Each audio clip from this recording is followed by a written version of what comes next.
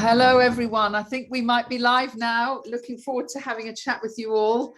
Well, I just had the greatest experience of the technology brilliance of Phil Shatz, because for some reason my restreaming into LinkedIn Live wasn't working. So I've just experienced what you guys can experience about learning how to go into the LinkedIn Live. And today's BIP Chat with Thomas and I is all about, and we've lost Phil. Phil's gone. He's probably listening in. Oh, there you go. Wait a minute. He's come back. So today's BIP Chat is all about, how events can help you to really grow your customer engagement, but also your lead generation. So before we introduce our wonderful guests, I just want to put a little bit of context into these weekly events, which are 1:30 every Wednesday, UK time. And Thomas and I would say we spend 40% of our time scouring the earth for experts. And you cannot underestimate how hard it is to find people who are good at what they do and care about what they do. And when we find them, we invite them in to join BIP100. And BIP100 stands for Business is Personal. And it all stems from a book that I wrote 3 years ago, which is all about, business is personal. And one of the most personal things you can do into a business is what suppliers are you going to bring in that are going to have your values, your commitments, and have the expertise that you need so that you're not wasting your time and wasting your money. So we bring you these experts to you on these shows. And it's fascinating because we absolutely love it. Now, the reason we've done it as a chat show rather than as a podcast or a webinar, that in itself might be quite interesting to discuss as an event, because here we are, we're running an event. And we do that because there are a lot of chat shows, but they tend to be on television. And we wanted to bring a chat show environment to our audience where you are hearing different perspectives, different case studies. So today, Thomas and I have invited as our sort of core guest, so to speak, who's leading the conversation around this, and it's Ricardo Molina. Now, Ricardo is an expert in helping people run events offline and now obviously virtual. And he underpins a lot of that with his incredible knowledge of CRM and HubSpot, and really not only about putting on the event, but how are you really making sure that you make the most of that event? And that's what we're going to be talking about. There's sort of 3 steps of running the event, what happens post the event, and how do you build community around that? So Ricardo, we're really excited to have you here. We have actually just instructed Ricardo to help us in our business. So not only is Ricardo a client of ours, we're also a client of his. So this is going to be a good chat. We're really looking forward to it. So Thank you very much. I've introduced you, Ricardo, and now Thomas and I know Phil very well and his Glimpse of the Future events on LinkedIn. But I'd love you to tell us, why have you invited Phil along today to join us on this chat show?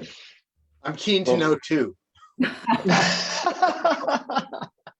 Well, the most important thing when I've met Phil probably about 2 or 3 months ago, and when we had a conversation about CRM, HubSpot, etc.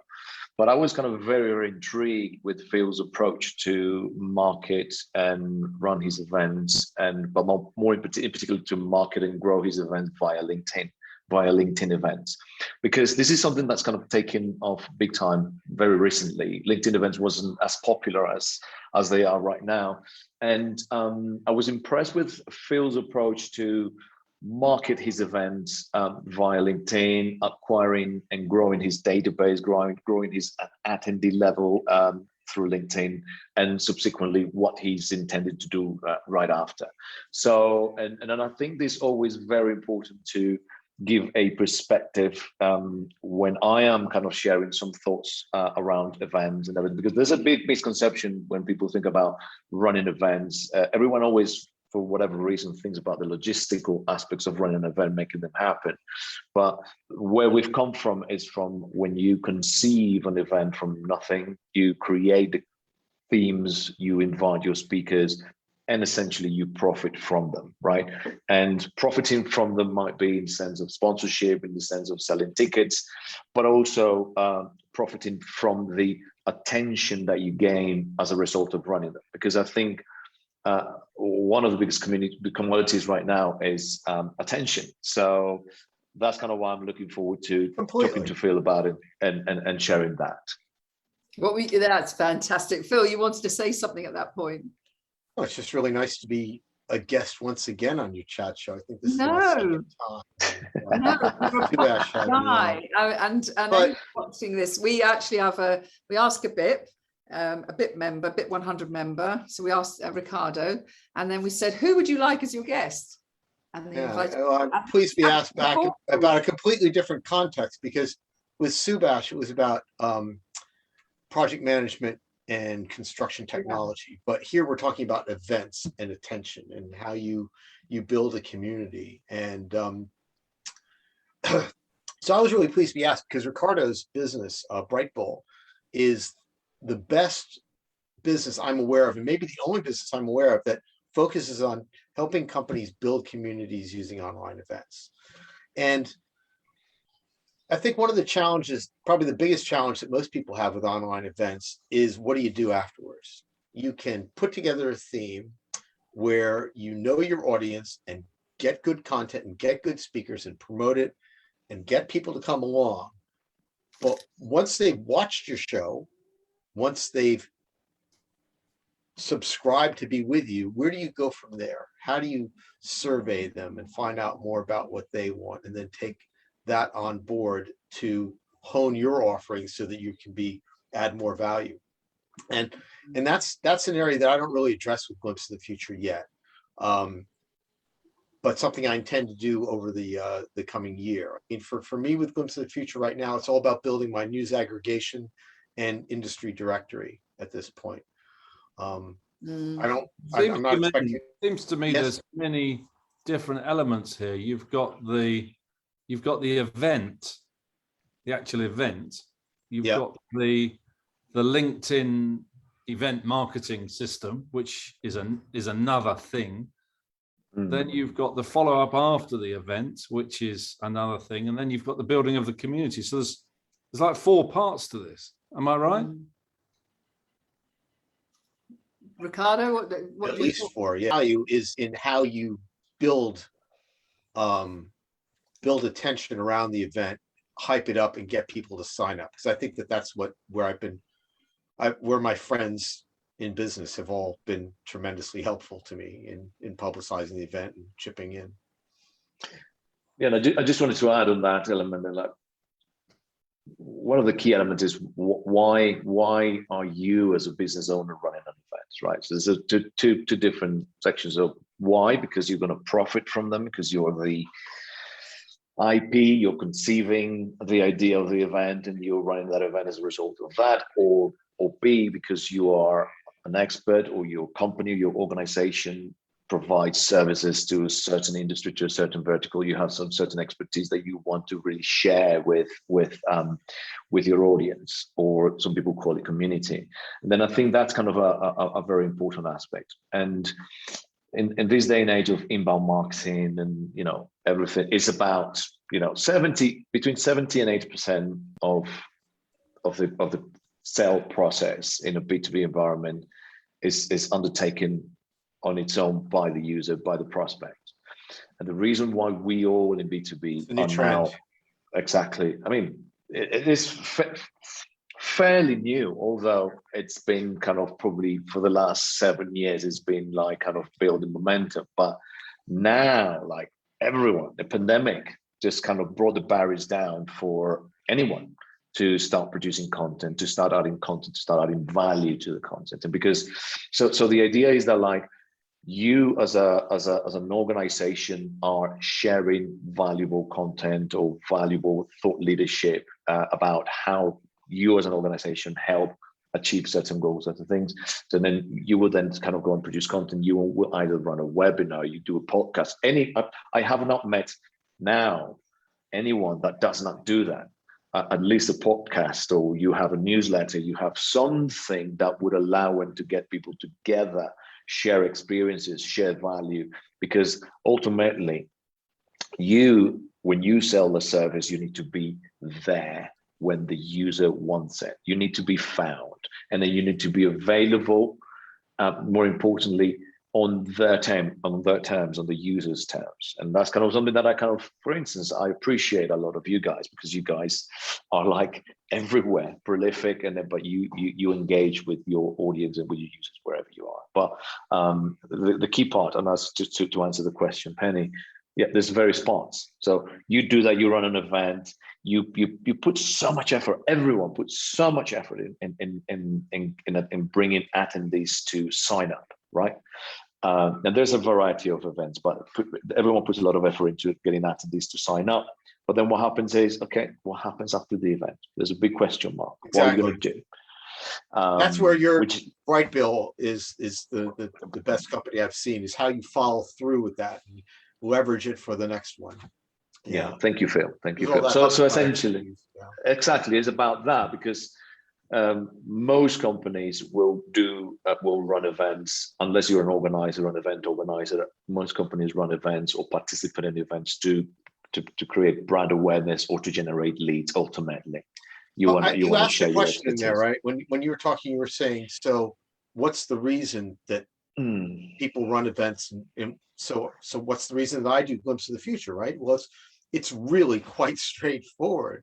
There's so many vendors in the construction technology space just now, so many wonderful solutions out there with great clients delivering fantastic value, and these companies are having trouble getting their message out.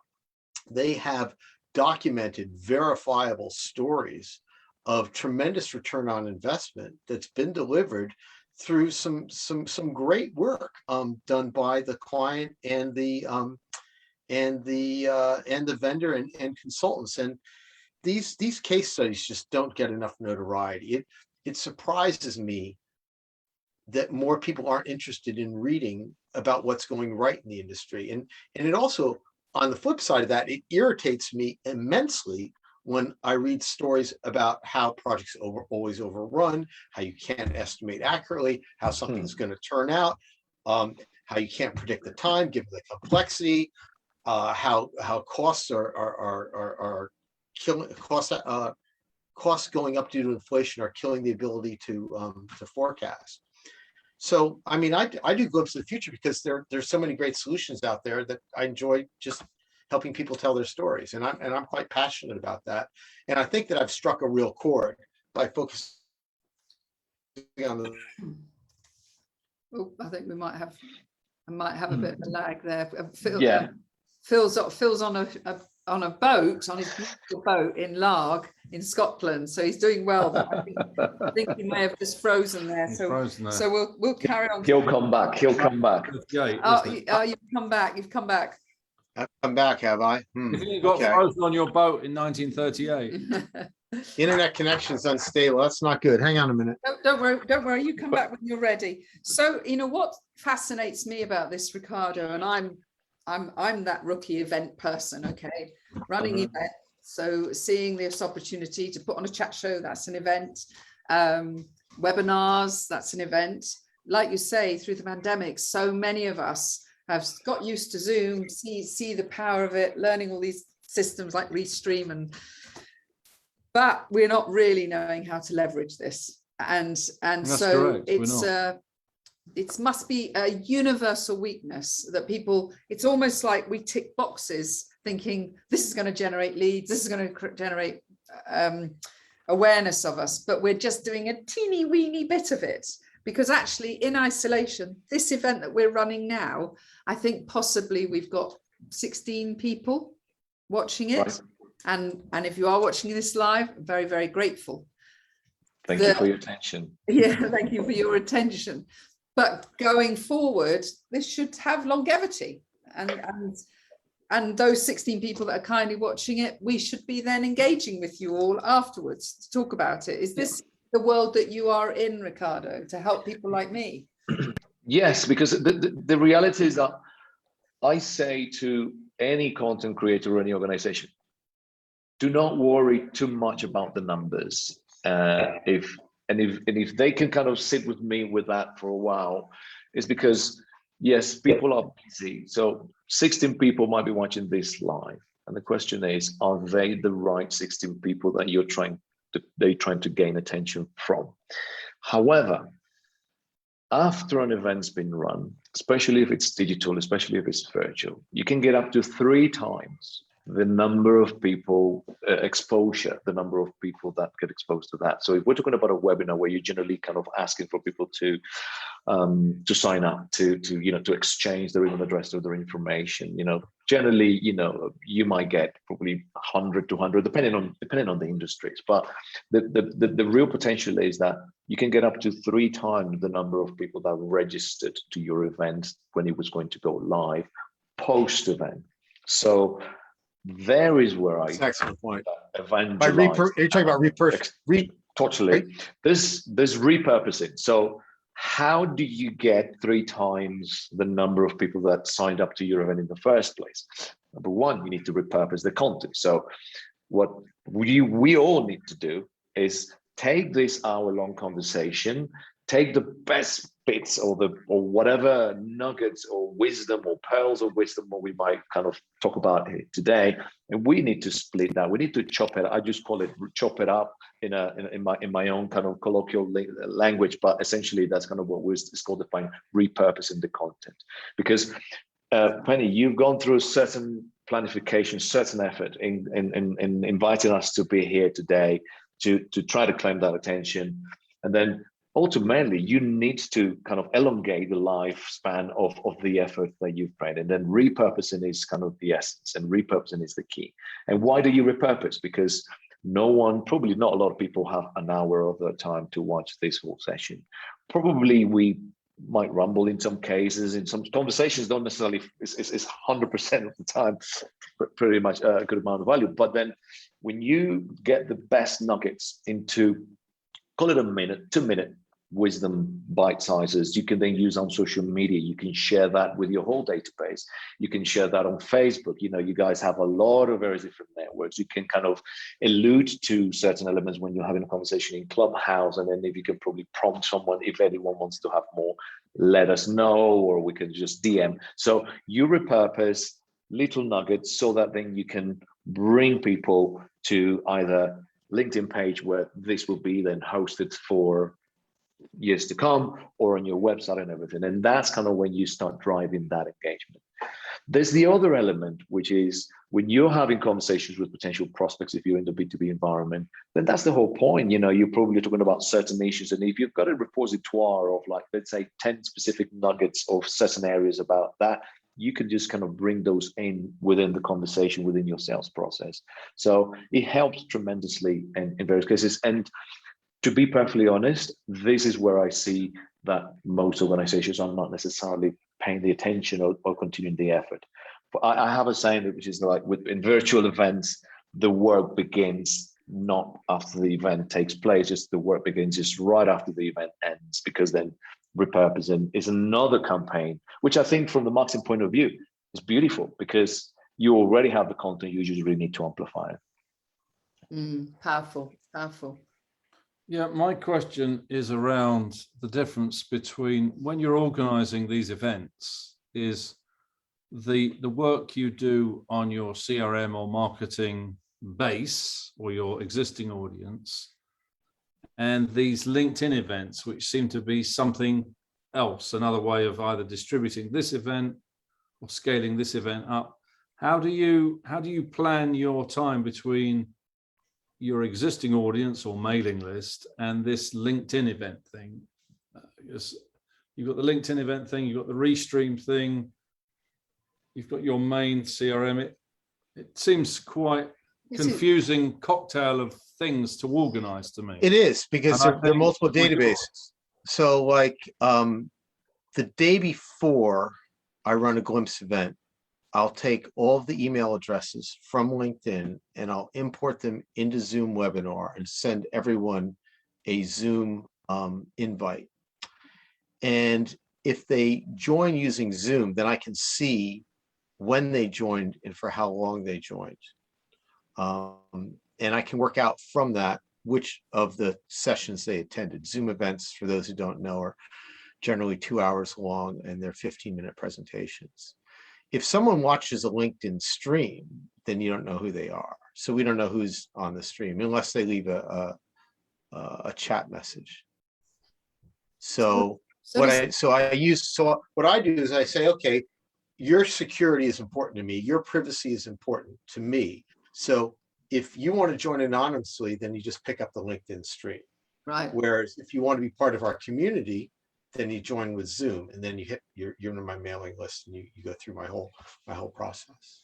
And you're using Zoom webinar for that. Yeah. You've introduced another system. So you've got your HubSpot CRM system, you've got your LinkedIn event system, and you've got your Zoom webinar system where the messages, the email addresses go around from one. This is Well, Zoom webinar is not quite really that hard different.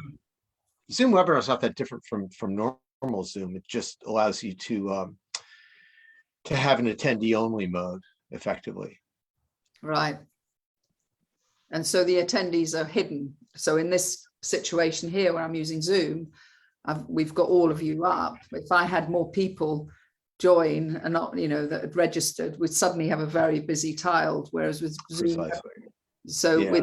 with Zoom webinar, you're able to choose who are the speakers, and everybody else sits as an attendee. Yeah. Yeah, there's two different types of invites. You've got a panelist invite and you've got an attendee invite, but it's Right. very easy to promote someone who's got an attendee invite to be a panelist. And I Right. do that all the time. I encourage people, if they type in an interesting question in the chat, then I'll just promote them and let them put it.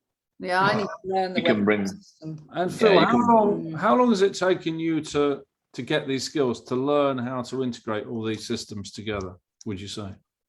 I don't know. I'm a big Microsoft fan. I used to work at Microsoft, and LinkedIn's a Microsoft property, so I thought it would be good to master it.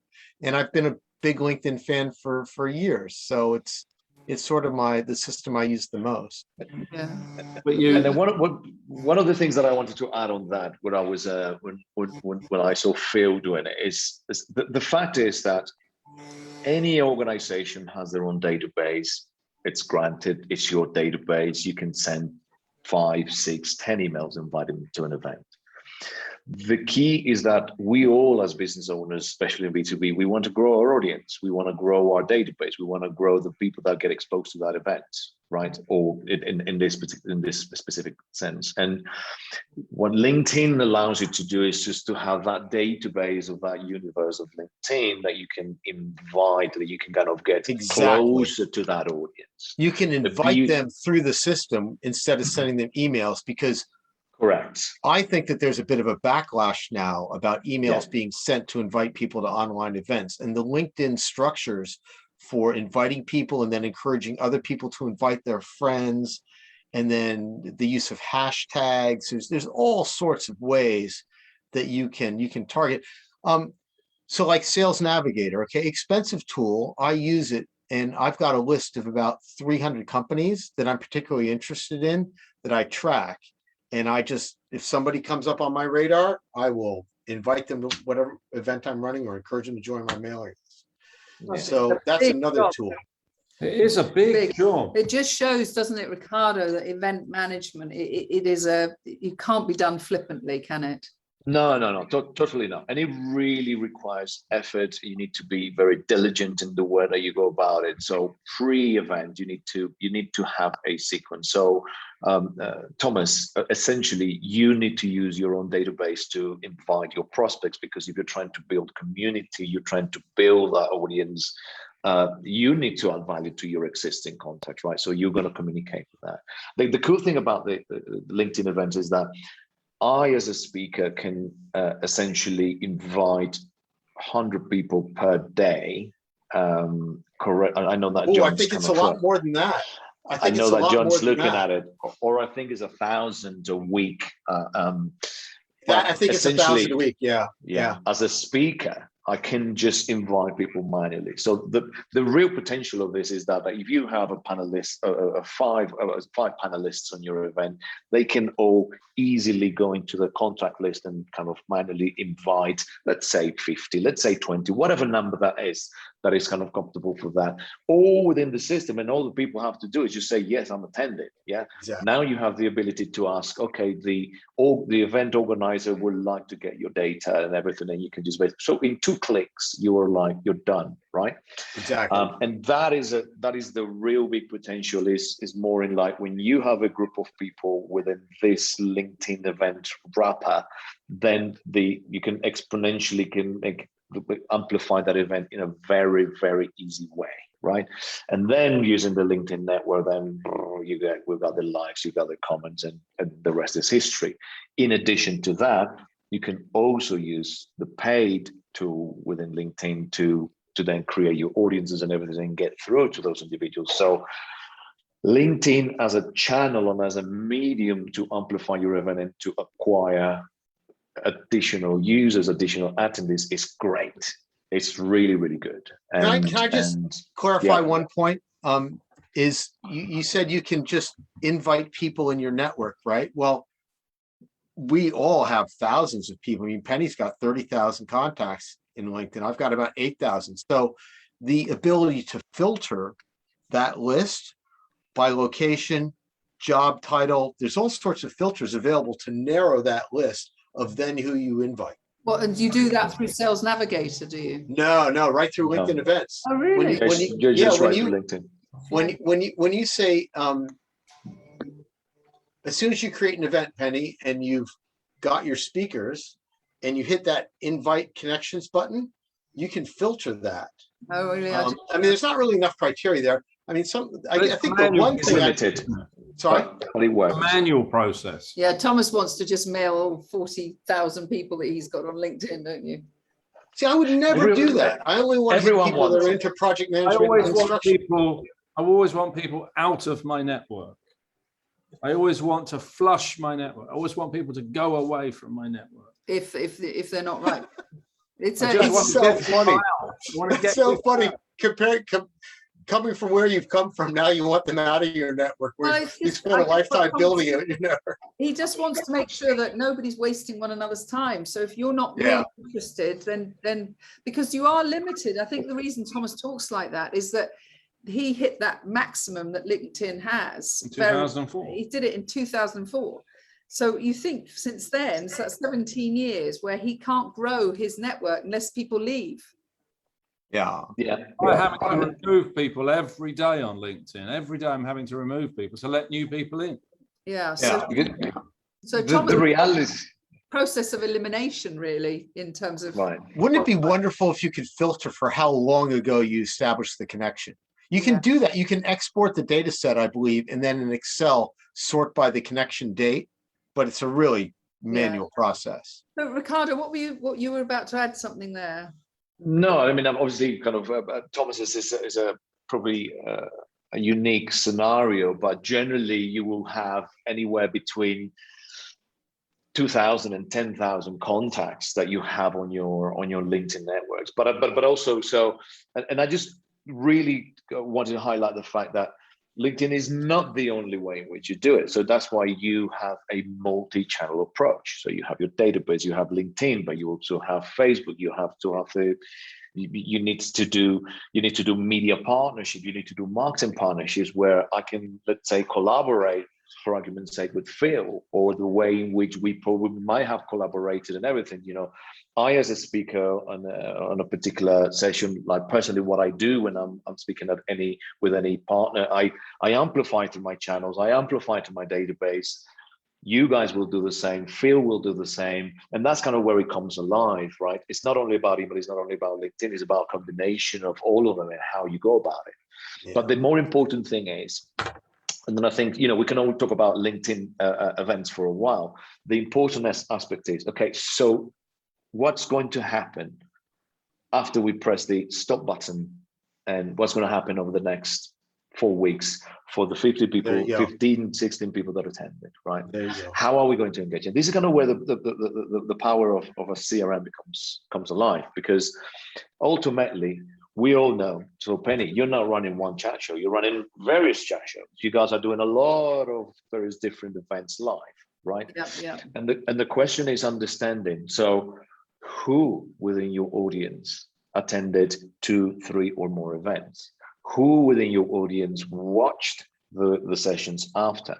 But let's just say who from your audience then, as a result of attending one of your events, then decided to check, for instance, BIP100 Club Join Us, right? That's where the magic starts to happen, where ideally, the best ways that you ideally need to be exchanging data in the shape of an email address with your users, so that you're able to then derive that sort of information. That is, I love this, Ricardo, and it's getting to well, it's getting to the nub of HubSpot, for example, which is why we're implementing HubSpot with you, because obviously, yeah, you're right, we do events, we do reach out a lot. When Thomas and you had eventually had your conversation and you decided to join BIP100, you found it fascinating, didn't you? How many he could track how many times. Yeah, he could track how many times we'd engage. That was like, boom, you got me. Interestingly enough, by you telling me that motivated me to want to have you as a member of BIP100, and equally motivated me to be a client of yours for BIP100. He was saying to me all the time, Penny, I've got to implement what Ricardo's got, because I want to know that. Hey, can I just point out who referred Ricardo to BIP? Huh? Yes. Yes. It was my idea to recruit him, right? I said, go get Ricardo. He did. He actually said that. He said, TP, go and get him. Oh, there you go. That's very interesting. So, and according to Ricardo, it took me 16 attempts or 16 messages. Yeah, well, there you are. Fascinating data. And Thomas does love data. But, you know, what we're highlighting here is it's almost frighteningly easy to put on an event. I mean, we see it all the time, whether somebody's just doing a Facebook Live. A lot of shit ones, that's for sure. Yeah, whether we do a LinkedIn Live, which, you know, I've found quite hard setting up and learning Restream and everything. It is hard. This stuff is hard. So, but people are doing it. I don't know how many events are happening across the world now. But yet none of us probably, I imagine a tiny percentage know how to leverage it and implement a system like Ricardo's now going to be doing for us. Yeah. And then I think, Ricardo, I've got a question for you. Go ahead. For you, because obviously I'm a freak user who wants to get people out of my network to let new ones in. I've got huge databases across LinkedIn and Twitter and Gmail and Outlook and so on, because I've been online for 30 years. It's not surprising. But the thing that I find so difficult is that I register on every database to receive maximum stuff. I want maximum stuff coming at me. I want people selling me everything, because any supplier that's selling to me, I know really wants to buy something. So I love people selling to me, because I know I can turn them into a client. The more people sell to me, the more I want to be sold to, because I know I can turn every supplier. Can you imagine how much crap? I don't know how you do it, Tom. Okay, so I honestly don't know. And I think I can give you it in one word. He does it because of football. Because when you're watching football, you totally disconnect, right? Yeah, I do like watching my football. So that you forget about all that stuff, yeah? The thing that I know everyone is bad at. Microsoft is bad at it. Google is bad at it. Everybody is bad at it. Is the follow-up and the follow-through. You mean the systems? What Ricardo says, what happens after the event? When you buy your Mercedes, when you buy your Google Pixel, when you buy your Microsoft laptop, and all of these things we've consumed, I've consumed pretty much every product is available to mankind. The follow-up process by these organizations and by individuals is terrible. So despite having all these systems, why is it so hard for people to get their follow-up right and build that deep community sense of relationship with you after you are a consumer? I think it's the pressure of immediate priorities. It's hard. It's hard work. So you move on to something easier. So Ricardo, so this is the thing you work with your clients on, I assume. Essentially, yeah. It's just because the reality is that our clients will have what I call a Frankenstein set of toolkits that, as you said, Thomas, you have a lot of databases everywhere. You have everything is very scattered. So the first step is just to try to kind of put it in one place. So we need to establish a single source of truth, or get close to establishing a single source of truth. That precisely, Thomas, is what allows me to see is, okay, how many touch points have I had with Thomas before? Either on social, email, clicks, whatever. whatever, conversations, meetings, Zooms, and all that sort of stuff.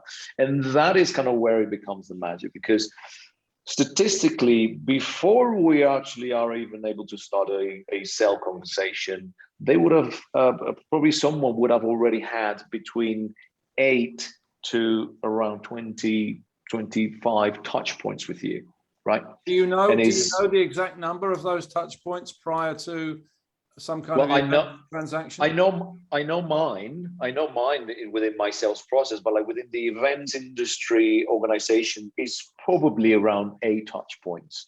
And what about with yours? With mine, I think it's very, it's very interesting, because with me, I'll probably get around 7, right? And then there is that element when someone actually comes to when someone engages with Brightball or anything that I have there, the magic number is about between 5 and 7. So anyone that engages less than 5 times, then probably they're not ready. I might just leave them alone. But when someone between 5 and 7, then that for me is an indicator that they might be open to establish a conversation with me. And I generally, I never do phone calls. I'll generally kind of send like a nice kind of follow up and say, you know, I've noticed you've been intrigued about certain areas. But and interesting about beyond that, then they are like, they're not a sales prospect for me, but they're just binging on my content, which I'm very happy to know that I provide a lot of valuable content. So anyone that starts consuming on that on a very regular basis, they are never going to buy from us. They're not interested in that, because when you call them, that's why they're binging on my content, because they have the ability to get all that information free. So, but there is, for me, is a very, very key sequence. They will generally read a blog. They will generally comment about us page, which is what we call middle of the funnel conversion pages, the about us page. And then they'll generally either go to a testimonial or certain case studies. When someone actually follows that path, that really I have my system. I have HubSpot telling me, that's very cool. Ricardo, give this guy a call, because that happens. And that generally happens within a day or 2.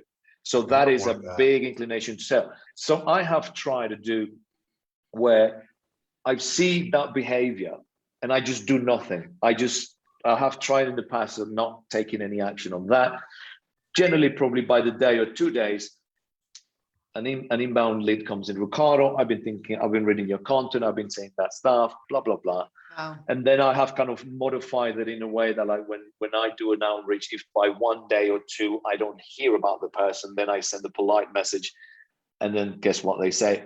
Interesting you say that. I've been thinking about you. When can we talk? So that's essentially, for me, reduces that element in big time. You see what I'm saying? So when you're selling obviously services, consulting services, when you're looking at about events, acquiring attendees, then it's a slightly different sequencing and touch points. And again, 8 touch points when I highlighted about the events industries, because there's a lot of noise. There's a lot of noise out there. You know, I mean, Thomas, you how many invitations to events you receive on a day-to-day basis? You're blind to it. You see what I'm saying? So and it's more transactional, because sometimes some event organizers have free events. So it's you know, it's easier to sign up to an event, to press a button and sign up to the event, get me to attend an event, then another element begins. You know, so when you're selling event tickets, it's transactional. You probably need to follow certain touch points. You need to kind of provide a value in certain ways.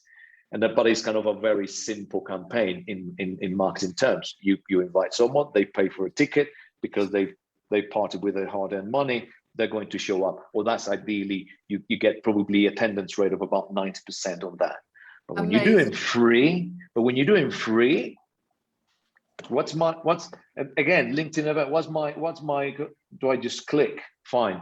Then you need to do a second campaign begins. So essentially, with free virtual events, you have one to acquire the attendee, a second one to get the attendee to show up, and you generally have about 40% attendance rate when it's for a free event. And then guess what? A third campaign to get them to engage with you post-event. Again, thinking about the 2x to 4x potentiality of gaining additional leads on that, right? So Ricardo, Amazing. we want you to do the all for us as well. Yeah, it's incredible. And I we'll think do that. I know it's unbelievable. 1 minute left for me for the commitment I've made to our attendees. It'll be 45 minutes. Already, my goodness so me. so fast.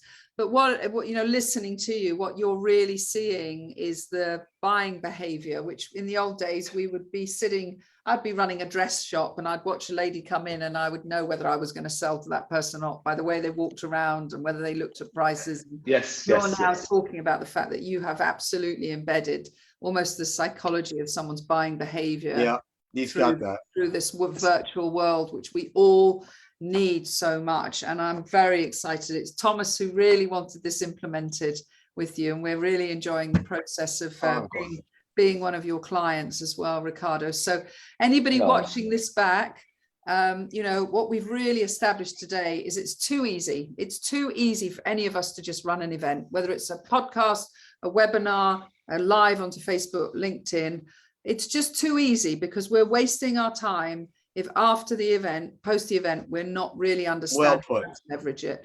And I think it's been a real privilege to talk this through with you, Ricardo. Phil, I think you are an amazing, amazing case study of someone who runs phenomenal events. And anybody in the tech industry, please, you know, look at this glimpse of the future events that are on Phil's on his profile on LinkedIn. Connect both with Ricardo and Phil.